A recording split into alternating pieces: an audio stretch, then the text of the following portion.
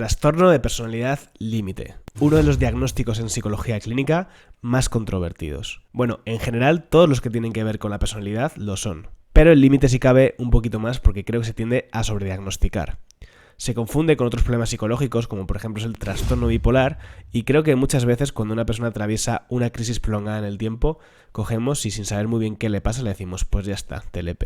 Esto no quita que sea un problema real con entidad propia y que realmente requiere de profesionales que sepan cómo ayudar. En este vídeo me gustaría explicar de manera científica, porque hay muchísima información y a veces muy distorsionada en internet sobre este tema, cómo una persona llega a ser TLP.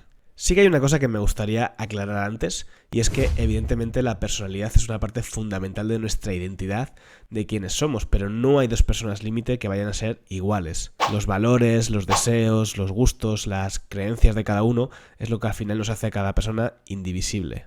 La teoría que explicaría de mejor manera en la actualidad la formación de la personalidad límite sería la teoría biosocial de Marsha Linehan. No sé si se pronuncia así, siempre a cuestas con mi puto inglés. Lo que nos viene a decir esta teoría es que para desarrollar un trastorno de personalidad límite se tiene que dar una cierta predisposición biológica y unas ciertas experiencias ambientales que en conjunción con esa predisposición biológica van a generar o van a hacer el desarrollo de este problema de personalidad. La predisposición genética o biológica yo la entiendo como una especie de vulnerabilidad emocional. Esto quiere decir que si nos pasan determinados acontecimientos en nuestra vida, es más posible que esos genes se expresen y acabemos desarrollando el problema que sea, en este caso el trastorno de personalidad límite. Esta teoría también sostiene que el principal problema o trastorno de la personalidad límite es la desregulación de las emociones. Esta desregulación sistémica estaría compuesta por la vulnerabilidad emocional y una cierta incapacidad para modular las emociones de manera efectiva. La vulnerabilidad emocional se dividiría en dos partes. La primera, una alta sensibilidad a los estímulos emocionales. No todas las personas tenemos el mismo nivel de receptividad o de sensibilidad a los estímulos. Por ejemplo, esto se puede ver bastante claro con los umbrales del dolor. Hay personas que les puedes pellizcar, retorcer, hacer de todo y aguantan ese dolor, y otras personas, como en mi caso, que cuando les tocas un poquito ya la piel se les pone roja o les duele. Bien, pues coge ese ejemplo y trasládalo al mundo de las emociones. La segunda parte de esa vulnerabilidad emocional tendría que ver con las respuestas de alta intensidad ante las situaciones emocionales. Aquí, por ejemplo, entrarían en juego la impulsividad, la explosividad, en la forma en que se reacciona cuando sucede algo. Por ejemplo, te pueden dar una mala noticia y hay personas que van a tener una respuesta supresoria emocional que apenas se van a inmutar, y otras que de repente pues se pueden estallar en un momento de ira, de llanto o algo así. Las personas que tienen estos rasgos límites suelen tener dificultad para modular las emociones.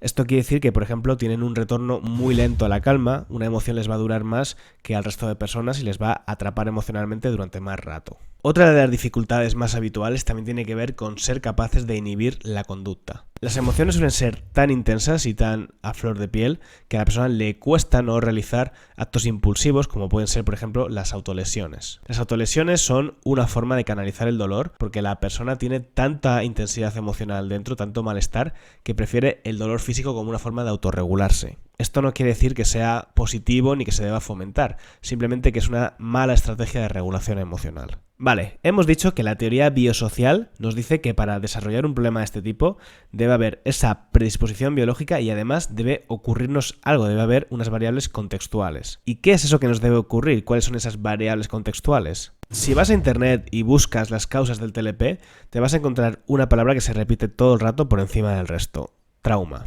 Inciso, si quieres entender bien qué es un trauma y consultar una fuente fiable, te recomiendo que mires el vídeo que te voy a dejar por ahí donde explico realmente qué es un trauma psicológico. Es cierto que hay una fuerte asociación entre haber sufrido algunas experiencias de trauma, como puede ser el abuso sexual, el maltrato psicológico o el maltrato físico, y el desarrollo de la personalidad límite. Pero sucede que muchas personas que reciben esta etiqueta diagnóstica de repente van a internet a buscar información y no han tenido experiencias de este tipo, y entonces piensan, pero si es que a mí no me ha pasado eso, entonces yo no puedo ser TLP. Y esto no es exactamente así. La teoría biosocial de Marsha Linehan lo que dice es que la experiencia que mejor define el desarrollo de una personalidad límite es la invalidación emocional. Dicho de otro modo, habernos criado en un ambiente invalidante. Un ambiente invalidante que no valida las emociones puede ocurrir de muchas maneras. Por ejemplo, la sobresimplificación. Si yo soy un niño o una niña que cuando me pasa algo y voy a contarlo, mis padres todo el rato le quitan importancia, me lo niegan o hacen como que no pasará nada,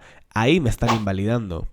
Por tanto, yo no estoy aprendiendo a hacerme cargo de mis emociones, de mis sentimientos y no estoy desarrollando habilidades de gestión emocional. Sin embargo, por esta regla de 3, podríamos pensar que toda persona que venga de un ambiente invalidante iba a desarrollar un problema de este tipo. Y anda que no hay personas que vienen de ambientes invalidantes. Pero tenemos que recordar varias cosas. Primero, que hace falta cierta predisposición biológica.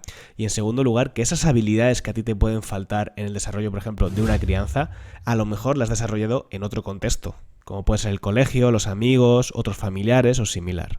Además, también es importante entender que esta invalidación emocional o este ambiente invalidante tiene que tener una serie de características. Por ejemplo, cuando nos criamos en un ambiente que no tolera las emociones, que es un ambiente muy racionalizador, yo puedo irme hacia otros rasgos de personalidad, como pueden ser los rasgos obsesivos, anancásticos o esquizoides, porque no tolero las emociones desagradables. En el TLP, el ambiente invalidante suele ser un tipo de ambiente confuso, un tipo de ambiente que tiene respuestas disonantes. Yo siempre pongo el mismo ejemplo cuando se lo explico a mis pacientes. Imagina el caso de un niño o una niña que un día mete los dedos en el enchufe y sus padres se ríen. Al día siguiente vuelve a meter los dedos en el enchufe y sus padres le pegan un grito e incluso le pegan. Ese niño o esa niña no sabe qué está bien o qué está mal.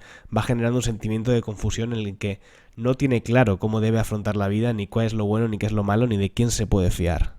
A esto se le suele llamar apego desorganizado, que tiene mucho que ver con la confusión. Si quieres profundizar sobre este término, por ahí otro vídeo donde te explico en qué consiste el apego desorganizado. Cuando tú te desarrollas en un ambiente familiar en el que se trivializan tus experiencias internas, tus pensamientos, tus emociones, o de repente se te castiga por ellas, acabas desarrollando, perdona la expresión, un chocho interno.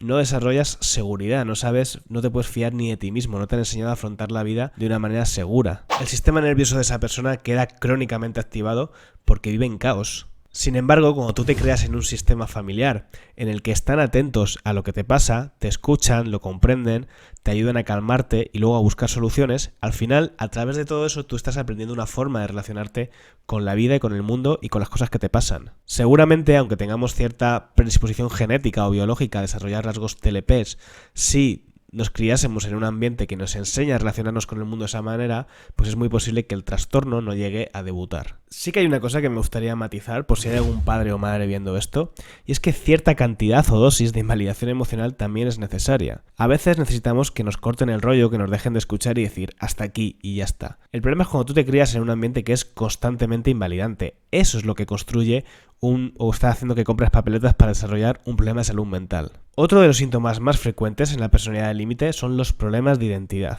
Macovy en el 1980 afirmó que ser capaces de inhibir nuestras acciones es una de las mejores formas de organizar nuestra conducta. ¿Qué quiere decir esto? Cuando tenemos mucha desregulación emocional, cuando tenemos mucho caos interno, al final tenemos la habilidad emocional. ¿Qué quiere decir tener la habilidad emocional?